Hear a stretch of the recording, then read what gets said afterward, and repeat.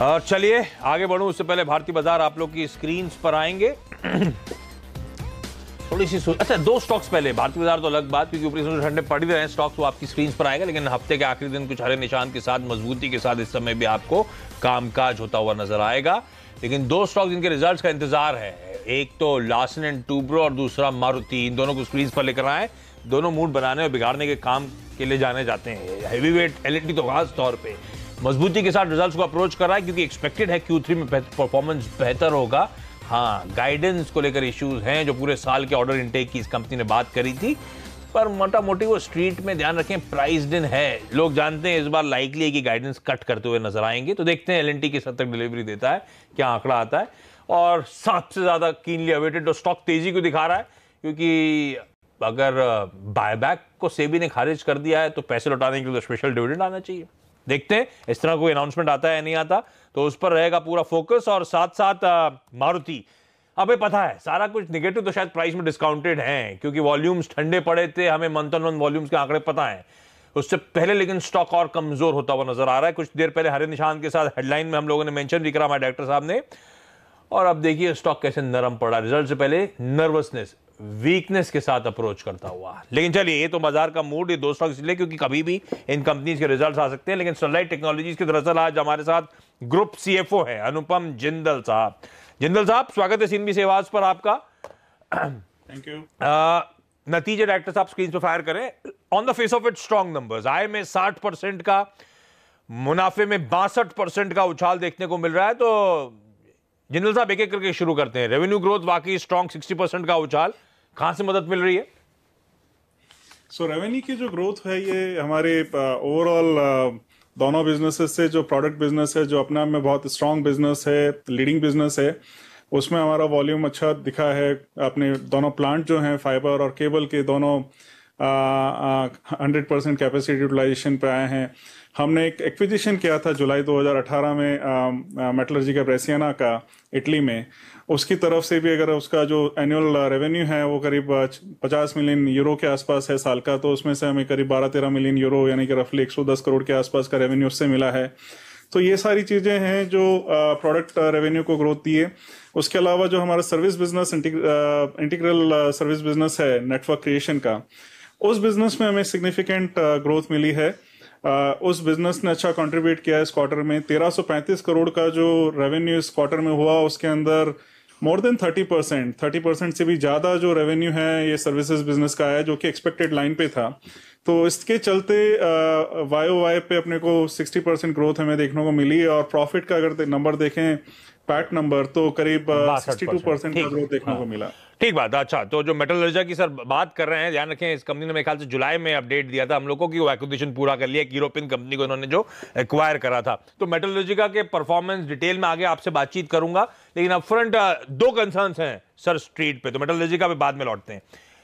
दो में से पहला और ज्यादा इंपॉर्टेंट, जो मार्जिन में कॉन्ट्रैक्शन देखने को मिल रहा है। इस बार भी Q3 के मार्जिन 210 बेसिस पॉइंट नरम पड़े हैं। 24.9 के 22.8% पे मार्जिन आके खड़े हुए हैं।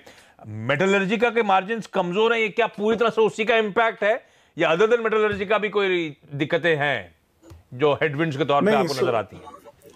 नहीं, इसमें एक चीज बता दूं मैं कि कंसर्न कुछ भी नहीं है। अगर ये जो मार्जिन ड्रॉप जो बात कर रहे हैं 210-220 पॉइंट का, ये लार्जली मिक्स का इशू है। अगर हम अपना बिजनेस देखें, जो प्रोडक्ट बिजनेस है हाई मार्जिन 25-26% बिजनेस है, और सर्विस बिजनेस जो है नेटवर्क क्रिएशन का करीब 11-12% के आसपास का बिजनेस है।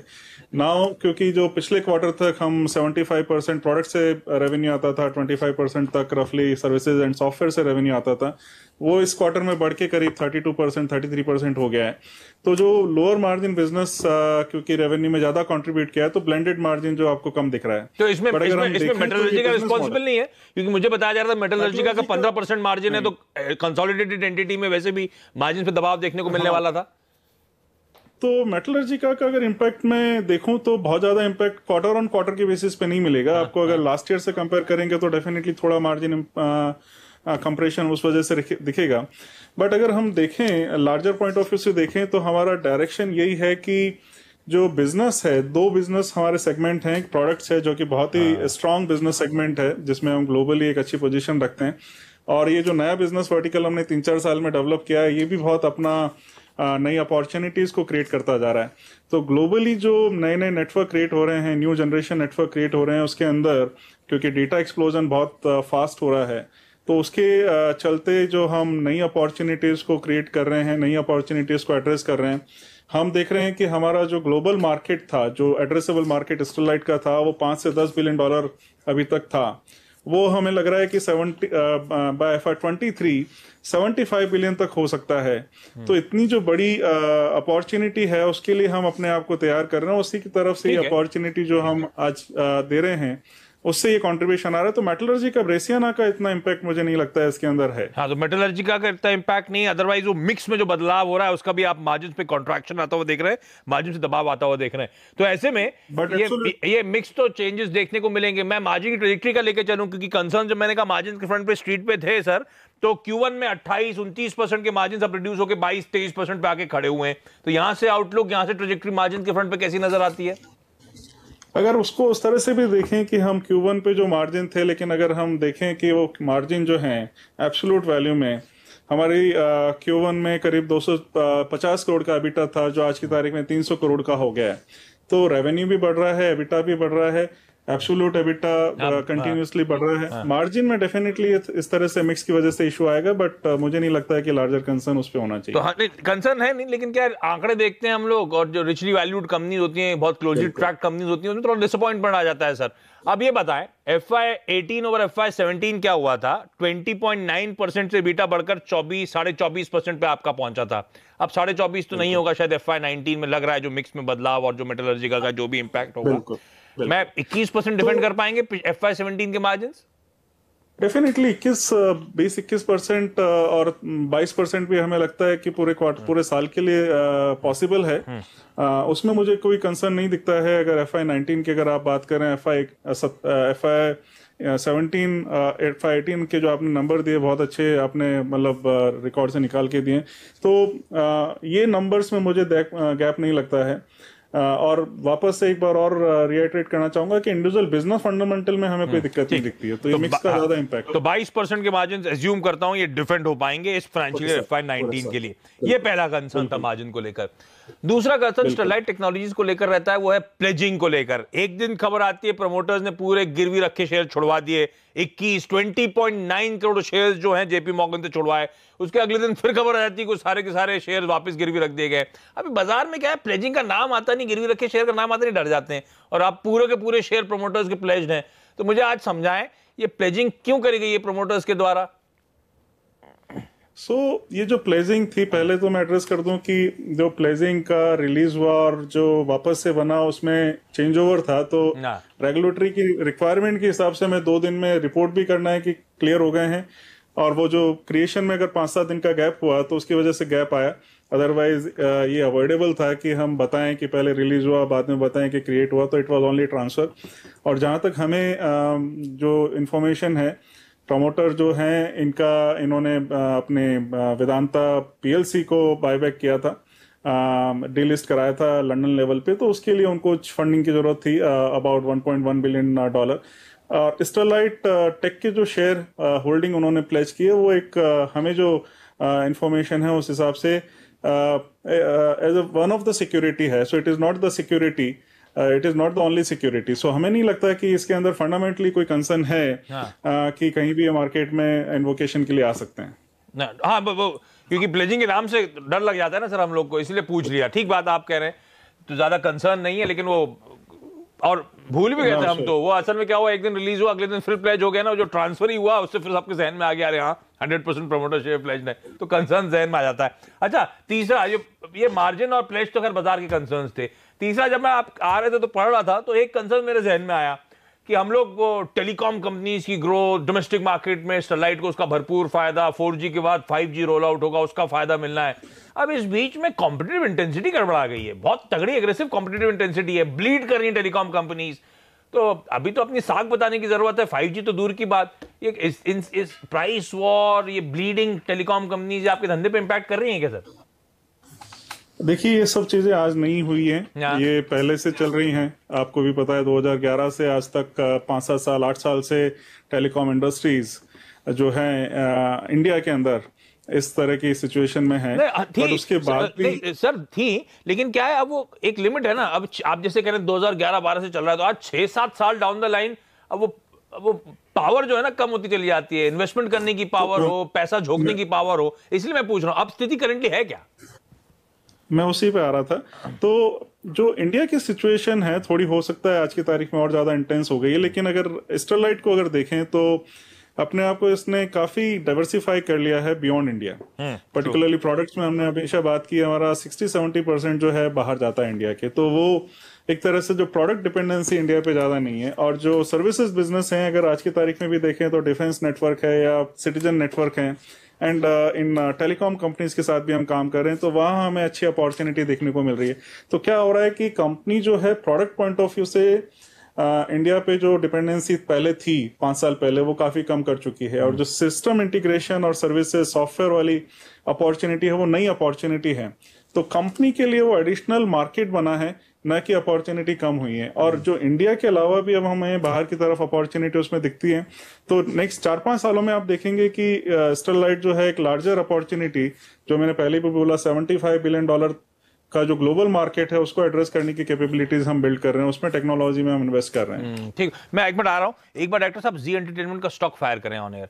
किस तरह की पिटाई हो रही है, देखिए 9 से 10%, और पिछले कुछ मिनटों में तो एक स्टीप फॉल आपको इंटरडे चार्ट्स में नजर आएगा। ये देखिए क्या तगड़ा कट आ रहा है, 10% नीचे अब इस समय जी एंटरटेनमेंट एंटरप्राइजेस कामकाज करता हुआ। कल आपको याद होगा अटकलें रिपोर्ट्स थी कि इनसे भी बातचीत, उनसे भी बातचीत, ये भी इच्छुक है खरीदारी करने के, और वो सीरियस ऑफलोडिंग आप लोग को आपकी स्क्रीन पे नजर आएगी। रेडा पे रखे स्टॉक को। अच्छा, जब आप कह रहे हैं अनुपम जी कि वो डिपेंडेंस जो स्टरलाइट की डोमेस्टिक मार्केट में कम हुई, तो मुझे बताएं कुल रेवेन्यूज का डोमेस्टिक मार्केट से और एक्सपोर्ट मार्केट से इस समय मिक्स क्या है? आज की तारीख में हमारा जो 1335 करोड़ इस क्वार्टर में भी किया है, वो करीब 40% एक्सपोर्ट से आया है, जो अपना आप में ग्रोथ है क्वार्टर ऑन क्वार्टर YOY। और 60% रेवेन्यू जो है इंडिया मार्केट से आया है। ठीक, तो उसके अंदर जो सिस्टम इंटीग्रेशन जो लार्ज पार्ट हमने बात किया, वो पूरा लार्जली इंडिया से है। अच्छा, अब वापस एक्विजिशन पे जो मैंने छोड़ दिया था कंसर्न्स के चलते, है ना, तो मेटलर्जिका से बात शुरू हुई थी अपन लोग की। ये मेटलर्जिका का एक्विजिशन हुआ था 47 मिलियन यूरोज पे हुआ था, तो मोटा मोटी करीब इंडियन करेंसी INR में 375 करोड़ रुपए के आसपास आपने उस पर खर्च करे। इसकी फंडिंग के लिए आपने कुछ विदेशी डेट भी उठाई थी। तो इस समय बैलेंस शीट का क्या हाल है, एक तो बताएं मुझे डेट कितनी है, और दूसरा रैशनल था इस एक्विजिशन का कि यूरोप में अपनी पकड़ को बोल्स्टर करेंगे, मजबूत करेंगे, नए टियर 1 कस्टमर्स एक्वायर करेंगे, क्रॉस सेलिंग करेंगे, कितना भुना पाए ये सब? जो पहले अगर बैलेंस शीट की बात करें तो टोटल हमने करीब 400 करोड़ रुपए का इसका इंडियन रुपए के अंदर ये था पेमेंट था। और टोटल आज की तारीख में उस 400 करोड़ को भी अगर हाथ में लेके देखें तो 1800 करोड़ के आसपास का नेट डेट कंपनी में है। और डेट टू इक्विटी की बात करें तो 1.2 टाइम्स आता है, जो काफी कंफर्टेबल है। हमारा स्टेटेड गोल है कि ऑर्गेनिक बिजनेस के लिए लेस देन 1 करेंगे, इनऑर्गेनिक के साथ भी 1.2 है। तो आई थिंक ये काफी अच्छा है। प्लस जो कैपेक्स वगैरह भी हम कर रहे हैं, जो कि फर्दर ग्रोथ ड्राइव करेंगे, उसको भी अगर देखें तो काफी कंफर्टेबल पोजीशन में है। काफी सिग्निफिकेंट पार्ट कैपेक्स का चला गया है, कुछ बाकी है। तो डेट पोजीशन काफी कंफर्टेबल है। डेट टू एबिटा भी देखें तो 1.3-1.4 के आसपास है। तो आप समझेंगे कि नंबर्स काफी कंफर्टेबल हैं। मेटलर्जिका ब्रेसियाना का जो ऑब्जेक्टिव था यूरोप के कस्टमर्स को एड्रेस करने का, यूरोप हमारे लिए एक बड़ा मार्केट बना है चाइना के बाद, और उसको कैटर करने के लिए लोकल हमें एक प्रेजेंस चाहिए थी, जो इस कंपनी के थ्रू हमें मिली है। काफी अच्छा एक्सपीरियंस रहा है। 5 महीने के अंदर कंपनी न केवल अपनी जो रन रेट है उसको बरकरार रख रही है, बट हम उसकी कैपेसिटी को बढ़ाने का भी जो ऑलरेडी एक डिसीजन ले चुके हैं। तो ये सारी चीजें जो हैं साथ में होती हुई दिख रही हैं। हमारी एक्सेस नए कस्टमर को अच्छी हो गई है, नए कस्टमर हमारे एंगेजमेंट शुरू हो गया है। क्रॉस सेलिंग की जो आपने बात की, वो भी अभी उस पर काम शुरू हो गया उनके साथ। सॉफ्टवेयर चाहे नेटवर्क क्रिएशन हो या सॉफ्टवेयर डेवलपमेंट हो, वो सारी अपॉर्चुनिटीज हमें मिलने लगी हैं। तो आने वाले समय में हम इसका काफी अच्छा बेनिफिट आता हुआ देखेंगे। ऑलरेडी EPS एक्रेटिव है ये अपॉर्चुनिटी। तो अगर हम लोकल डेट की बात करें तो लो कॉस्ट डेट है, अगर इंटरेस्ट वगैरह हटा के भी देखते हैं तो EPS एक्रेटिव रहा होगा ये बिजनेस। तो आपने ऐसा कह दिया ना 400 करोड़ रुपए हाथ में लेके देखें, तो मैं तो अज्यूम कर रहा था कैसे लगेंगे हाथ में कर। अच्छा क्विकली सर, दो चीजें, समय खत्म हो रहा है मेरे पास। एक तो ये आपके बड़े एग्रेसिव टारगेट्स थे जून 2019 जून 2020 तक अपनी ऑप्टिकल फाइबर कैपेसिटीज को ऑगर करने के, कहां तक पहुंचे हैं? दूसरा सवाल इसी के साथ कि हाईएस्ट एवर ऑर्डर बुक खड़ी हुई है, रिपोर्ट जो आपने रिलीज भेजी 231 करोड़ रुपए के आसपास, तो इसमें Q3 में इंक्रीमेंटल एडिशन कितना हुआ? बिल्कुल। सो अगर पहले आपने इस पहले ऑर्डर बुक का बात करते हैं, 2,231 करोड़ की जो ऑर्डर बुक है definitely highest ever order book है, और उससे काफी अच्छी विजिबिलिटी हमें मिलती है आगे की परफॉर्मेंस के लिए। आपको शायद याद भी होगा कि हमने एक लॉन्ग टर्म गाइडेंस दिया था, स्ट्रेटेजिक गाइडेंस की FY20 में हम 100 मिलियन पैट अचीव करेंगे, जो कि 3 गुना रफली है जो हमने FY17 में किया था। तो 3 साल के अंदर हमने 3 गुना प्रॉफिट की बात किया था। तो एक तो उस तरफ हम बहुत स्ट्रांग फुट पे हैं। वो लग रहा है कि FY20 में 100 मिलियन का पैट अचीव करेंगे, जो आज पास परफॉर्मेंस के बेसिस पे भी देखे तो काफी कंफर्टेबल दिखता है। और FY20 के बियॉन्ड भी अच्छी ग्रोथ अपॉर्चुनिटी दिख रही है। जहां तक आपने कैपेक्स की बात की, तो जून 19 के अंदर हमने कैपेक्स कंप्लीट करना है, जो कि 30 मिलियन फाइबर किलोमीटर कैपेसिटी से 50 मिलियन कैपेसिटी पे जाएगा।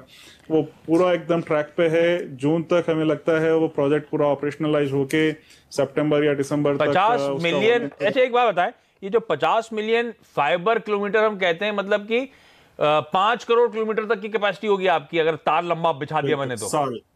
बिल्कुल, अगर एक वायर को लंबा खींचे तो 5 करोड़ किलोमीटर का कैपेसिटी है ये। कभी खींच के देखा आपको? इतना लंबा जाता क्या? 1000 किलोमीटर तक तो हमारे फैसिलिटी हमने डाली हुई है।